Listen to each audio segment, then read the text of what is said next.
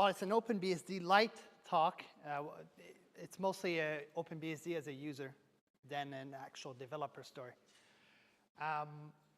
So the title of the talk is Puffy does real-time hypermedia. Nowadays, modern web development implies a lot of JavaScript in about every interaction. People even use it on the backend nowadays. This has led to complexity, too much complexity, I don't know. But I think there's more than one way to build a web app, and I'd like to explore some of them with you, and maybe show you libraries that I've started using and contributing to. This is an actual website, so if you go on the link there, you'll be able to follow the presentation along. There is one of the slides is actually interactive, so.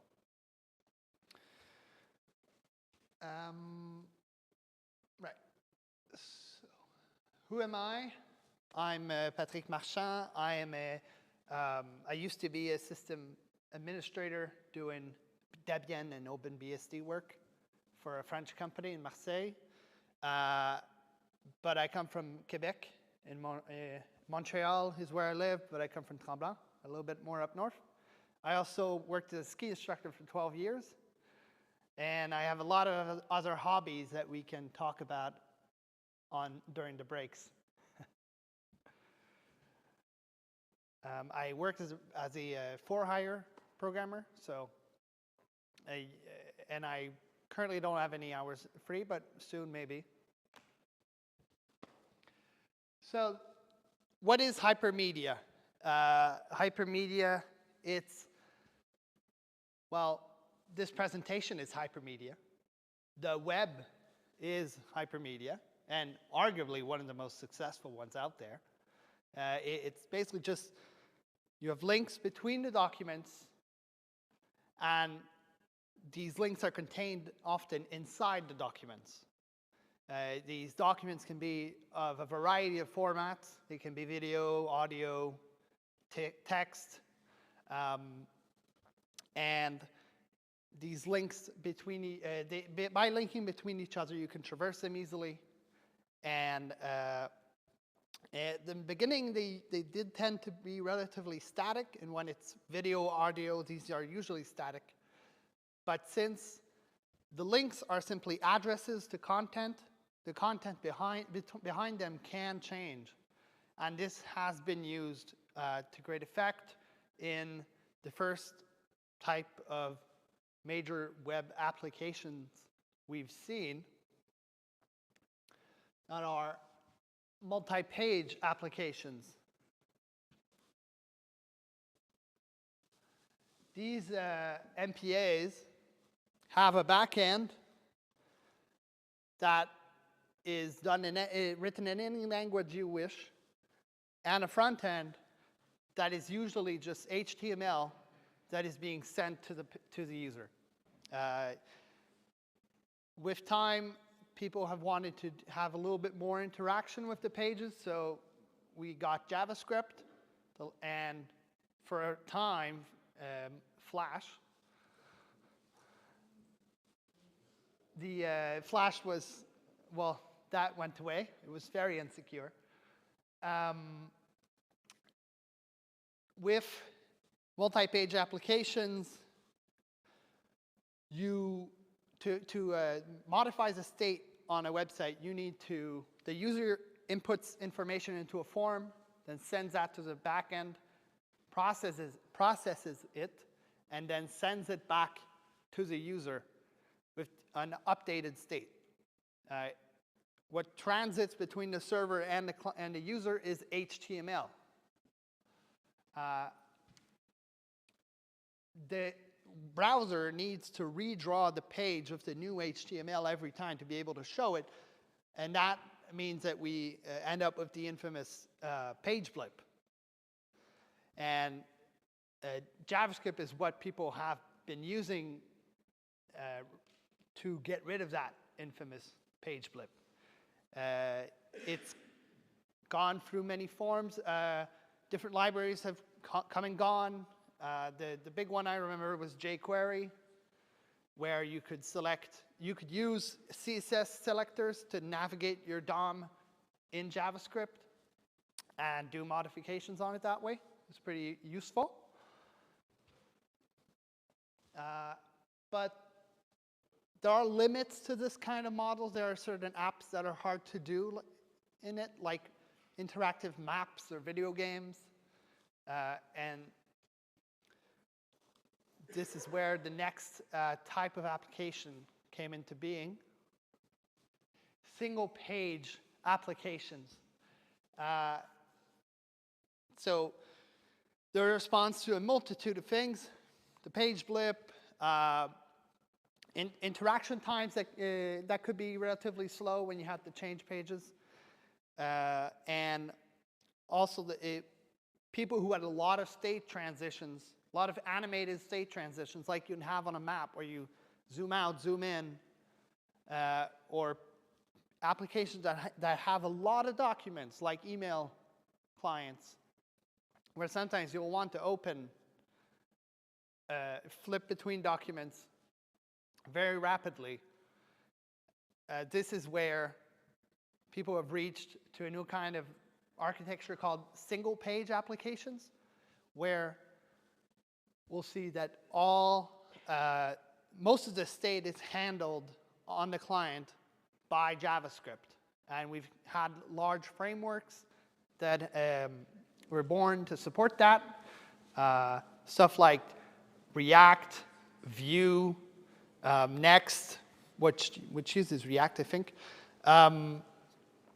These big frameworks, they replace a lot of the browser APIs, a lot of the native browser interactions. So like stuff like routing, form handling, and a few other things.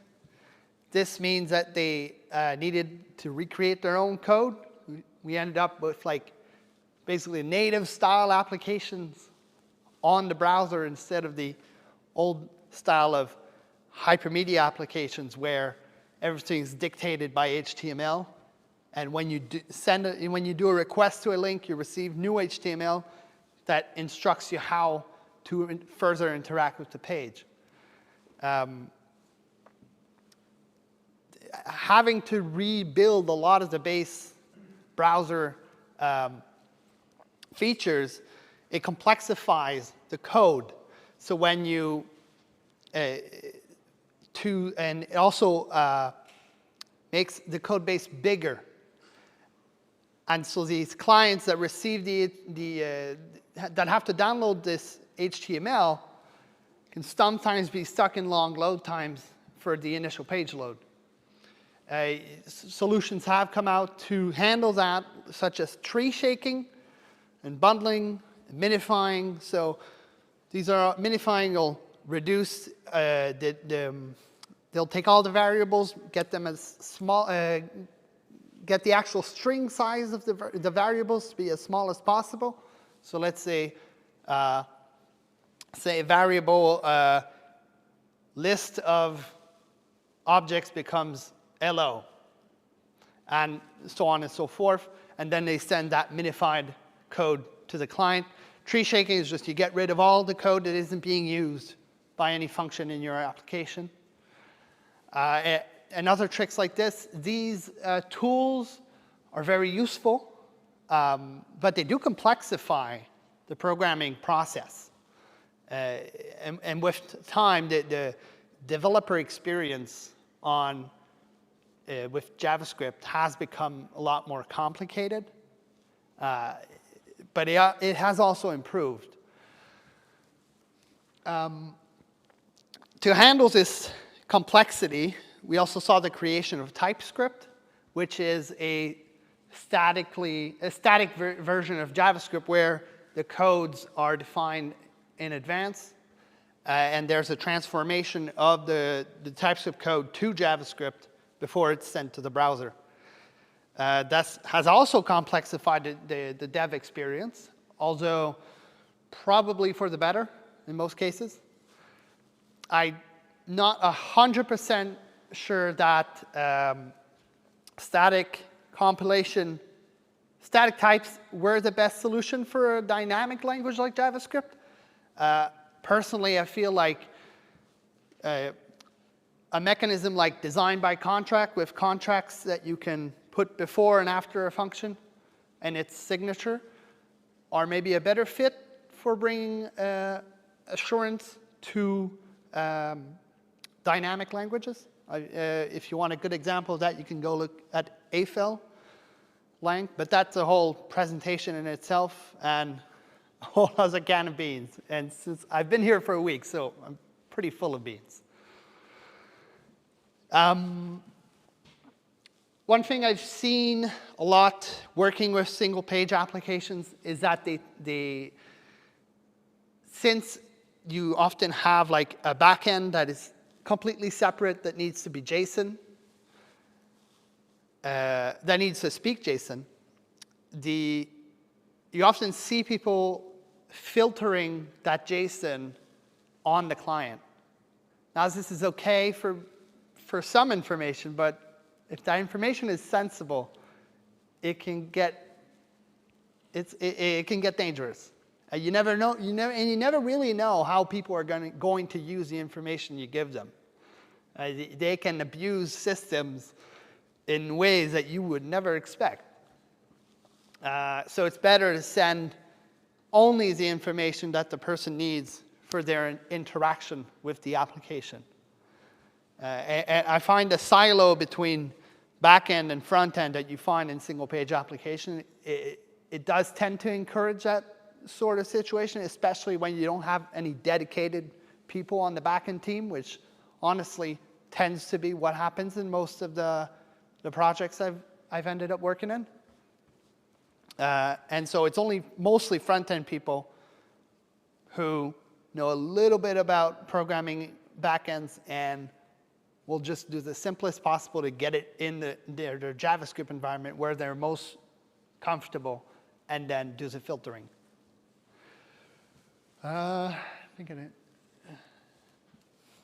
Also, since the backend, it's a whole other app in itself.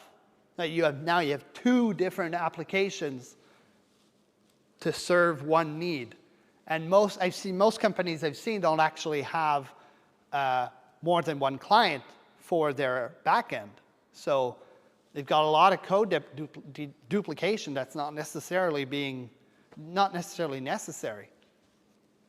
And I think a lot of people would be probably better served by having a well-documented modular backend that can directly serve HTML than doing this kind of siloing. I did want to talk quickly about some prior art on the subject of BSD web development. Kristaps Johnson's, not sure if I'm pronouncing it correctly. He did BCHS stack, which is he uses OpenBSD, HTTPD, SQLite, and C to build his applications. And he's built a lot of helper programs and scripts to simplify the process of working with these technologies and building apps. His tools can be used to build multi-page applications or single-page applications if you add a JavaScript app to them. I won't go into too much detail because I personally never actually used it, but I do find it very interesting. This brings me to the HOWL stack, which basically is hypermedia on whatever you like. It was coined by Carson Gross, who's behind htmx. He built a library that basically allows you to assign anchors on any tag, anchor links on any tag of the browser and of the web page, and not just the A or form tag. And when you receive HTML back from those links, that HTML will be merged into the page instead of completely replacing the page. This means that we can get much more seamless interactions with the with links. So, like we saw, like it's written here, normally it's only A or anchor and forms that can do HTTP requests. Not all the verbs are available, and the page has to be changed completely to show the new state. So we see that because htmx allows you to replace just part of the page with any tag, it makes it much easier to build interactive applications. There are some limits to what you can do with HTMX. Most people will end up going for a library, a JavaScript library that gives you like a nice DSL for building interactivity in the page for stuff that's not network related. So Alpine.js is pretty popular. It takes, I think it uses a VDOM, the virtual DOM model from Vue to check the state for any to check for any state changes and reactively update the HTML that depends on it. Then there's also, I haven't written in here, but there's Hyperview, which is written by the gang behind HTMX, and that's I think it's a DSL based on HyperCard, but for JavaScript and HTML.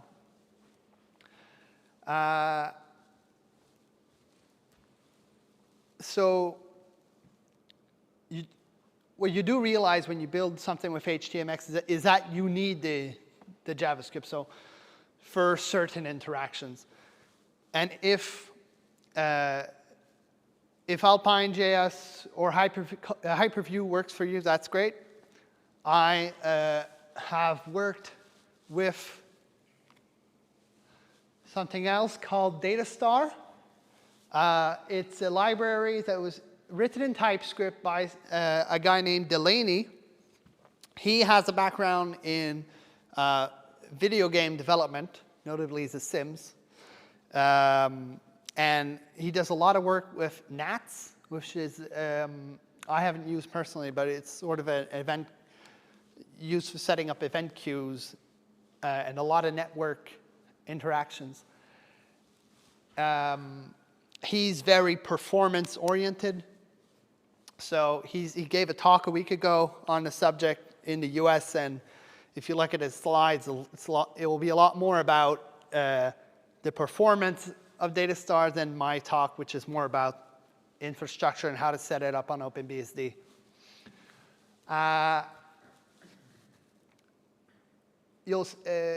So basically, Datastar, it's simply a global store of reactive signals with a DSL that allows you to access those DSL in JavaScript code easily. It's also a framework for registering plugins. Now, these plugins, they can register new signals. They can register actions, which, did I write there? Yeah, actions. A signal is $1 signal. Action is $2 action. And you can also create new attributes that will have behaviors that depends on the plugin. These, the attributes Datastar uses are standard compliant HTML. That means that Datastar apps are actually just HTML. And any browser can read them. So you just write data dash and the attribute you want to use. Any the expressions that are created in the data attributes, they're watched by data star, and if any of the signals that is used by it is changed, then data star will recompute those expressions. Data star is also a set of standard plugins that we'll explore. You have the core of data star is very, very small. Data star, with all the standard plugins, goes up to about 14 kilobytes. Then we see htmx with Alpine, about 36 kilobytes. And like Next.js is 86 kilobytes. So it's not large. This is not necessarily large page sizes, but when you add to them a whole other app as well, they can get pretty heavy. So the attributes plugin gives you a few useful attributes, notably data-store that allows you to store new signals, create new signals. It just takes JSON and turns it into a tree, and every key becomes a signal.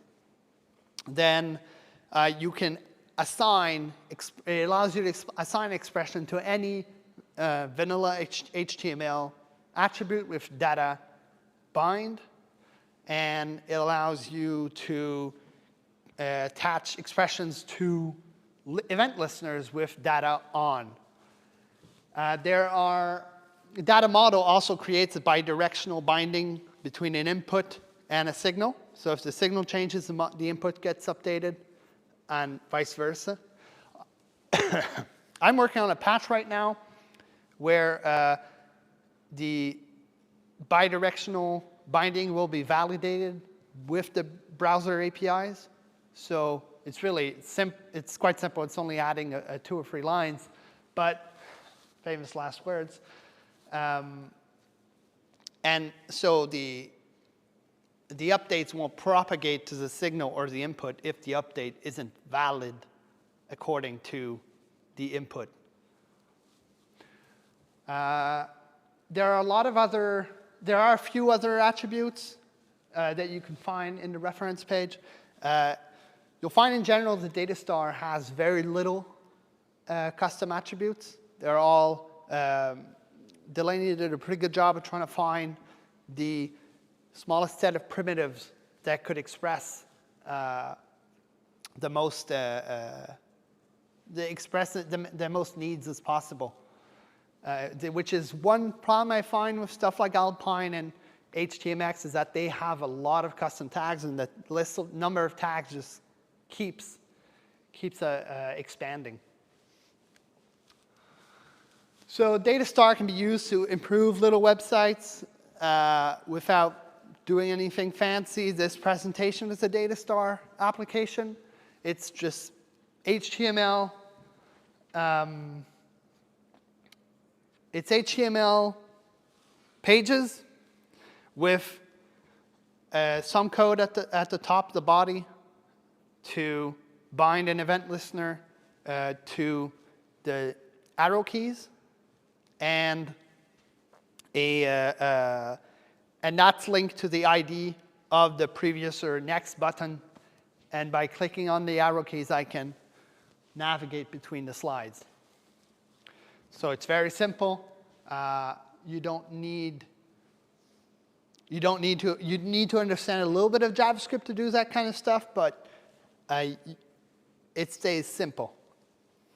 Now, if it was only this, you wouldn't really need data star. You could do that with just a script tag. But it gets more interesting towards the end. So here we have a demo of just the input model. So let's say I write my name here. We can see that it's reactively being updated here. And if I click on it, my name appears here. The last few months, I worked on a plugin called the Inspector. It allows you to, it's just a web component you can insert into any page. And you can see all the different versions of the global store and see how they change with time. You can also see all the events that have played out with, in some cases, when those events do a diff. Those events change the HTML. You'll be able to see the diff between the two. I find that can be useful in certain types of applications. You'll see, you get also a log when you click on an event or similar stuff. Now we get to the backend plugin. Backend plugin is all about allowing Datastar to interact with a server. So this is where it gets really interesting for working with OpenBSD. So $, the name of your method, parenthesis, your URL. That will initiate an event stream with the server, which the server then receives the requests, initiates the stream, and starts sending down events. These events can take many shapes. The main ones are the redirect event that allows you to move the user from one page to the other. The signal update event that allows the server to update this signal on the client. We'll see. I'll talk a little bit later about how that can be really useful with web components.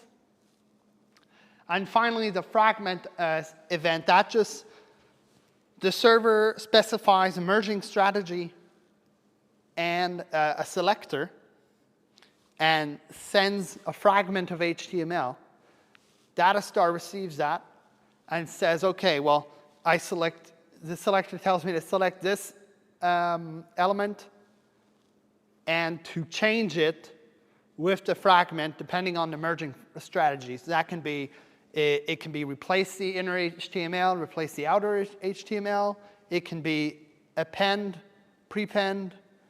It can be append to children or prepend to children and insert before or insert after. So this allows you to do, there's also a merge where we'll try to merge the two different states together. This allows you to do a lot of stuff, basically. And compared to HTMX, the big difference here is that it's a stream by default. And the plugin doesn't offer any other options, actually. It's really just a stream. And compared to many other streamed update things, it's not a WebSocket. It's just an event stream with server-sent events. So we're not polling the server for updates. We don't have sockets to set up. It's really just the server that decides to send an update when it feels a need to. How does this work on OpenBSD? It's really, really simple. So you need to start HTTPD and slow CGI, and you have to make sure your firewall allows you to talk to your HTTP port. Now, other things we need to keep in mind, the HTTPD daemon on OpenBSD is crooted, and that means that we need to either compile statically our applications or make sure all the dependencies are in the croot at the right place. So here you see a basic configuration. This is the configuration of the presentation. I think it's pretty simple. You listen on a specific port. You send HTTP requests for OpenBSD data star go to HTML and request a CGI bin, return a CGI application. I prepared, in my description of the presentation, I said I was going to present how to do Perl, but I didn't get the time to get to that. I got married this summer. But I do have a C example and a KSH example. Because as I might have forgotten to say at the beginning of the presentation, this is all OpenBSD base. There are no other tools written on.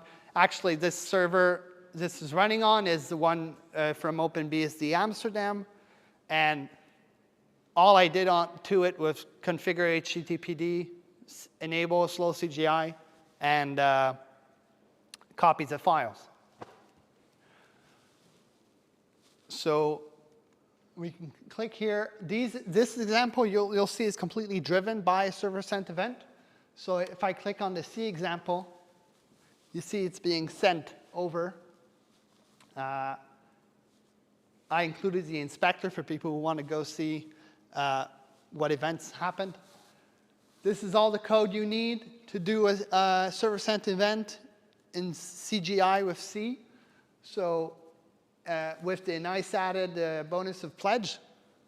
So we're sure all it's doing is input-output. So we need to create an event stream. We want it to be kept alive. And after that, we want to flush a buffer.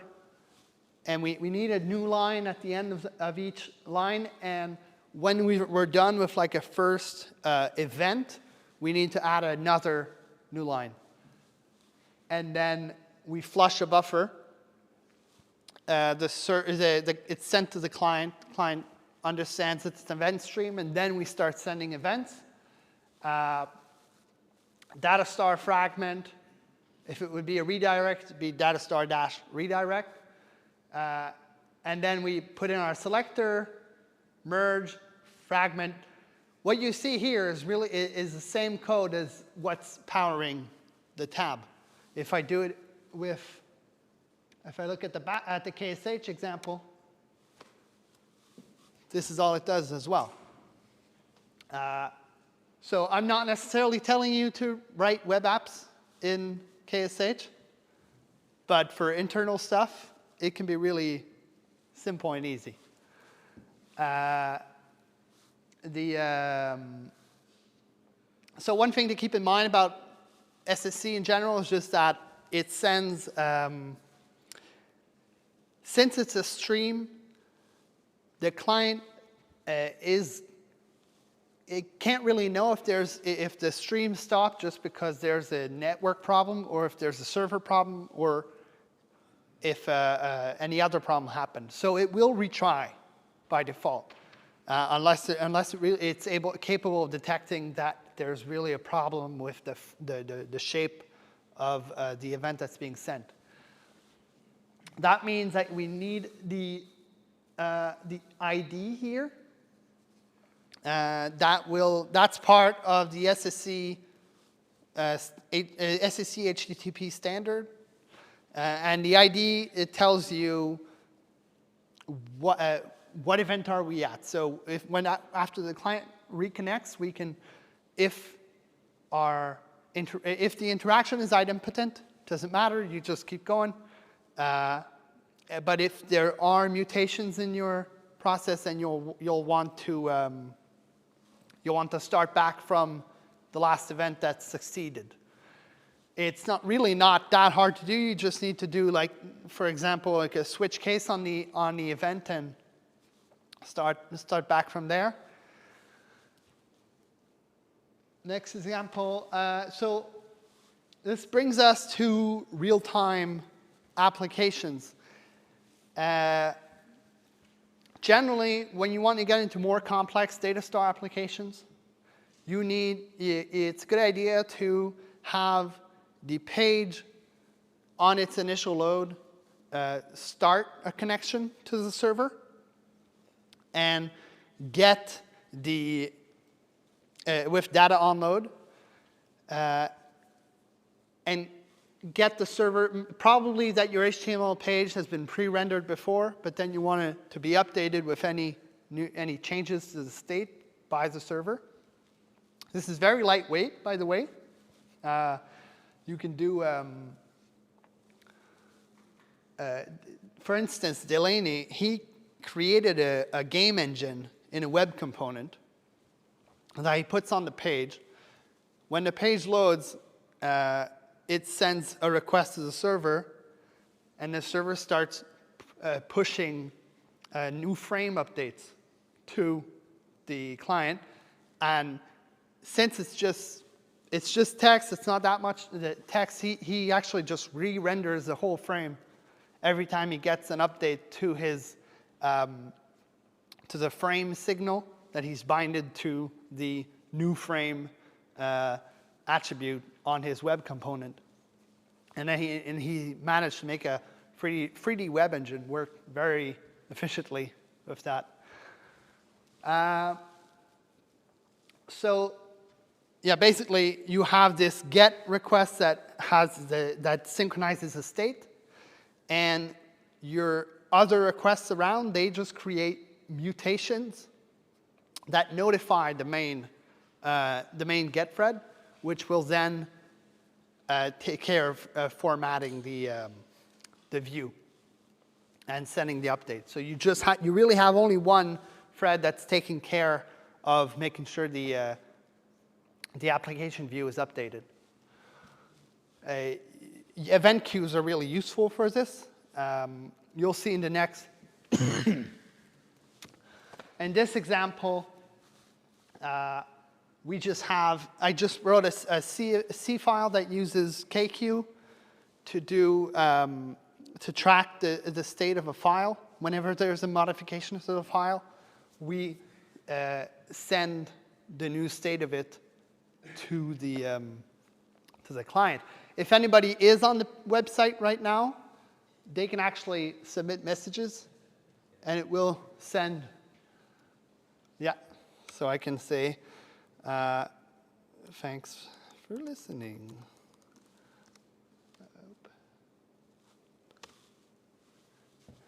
So on and so forth. What's cool about that, since we're not polling and stuff like that, if I have another process on the server that modifies that that file that we're watching, it's going to show directly on the app.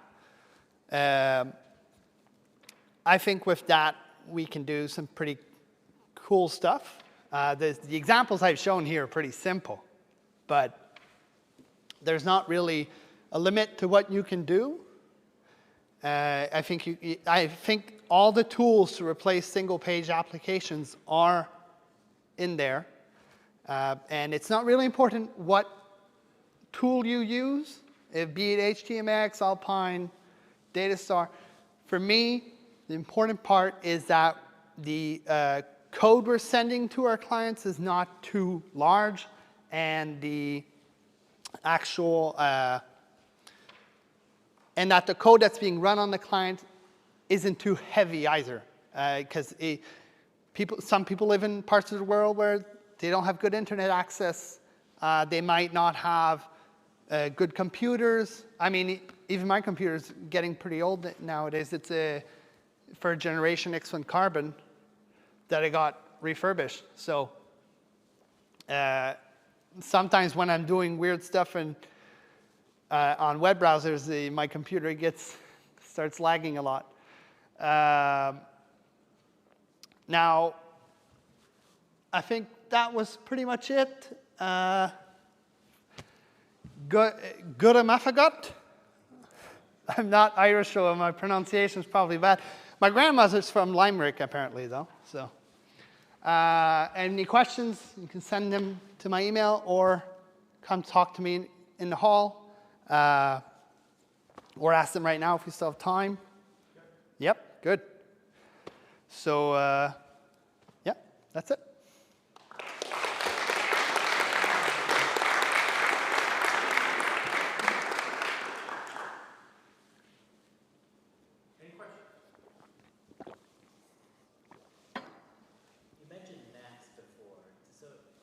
Did the author of this framework like use that as a backend or something, as the event queue itself? So the Publisher write in events into that? yeah.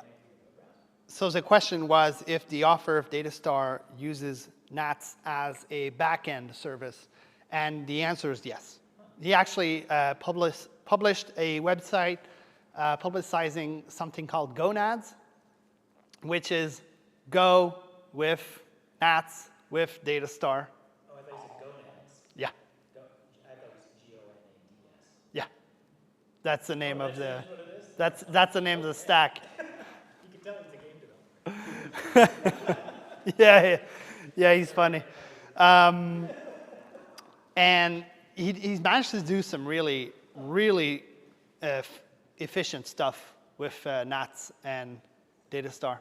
He's streamed, he's taken examples of benchmarks in like React and HTMX and transferred them to Datastar.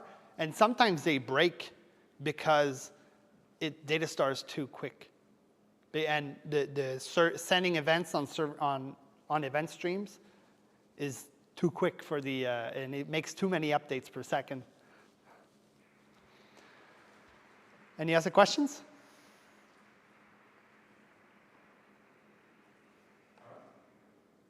Cool. Great.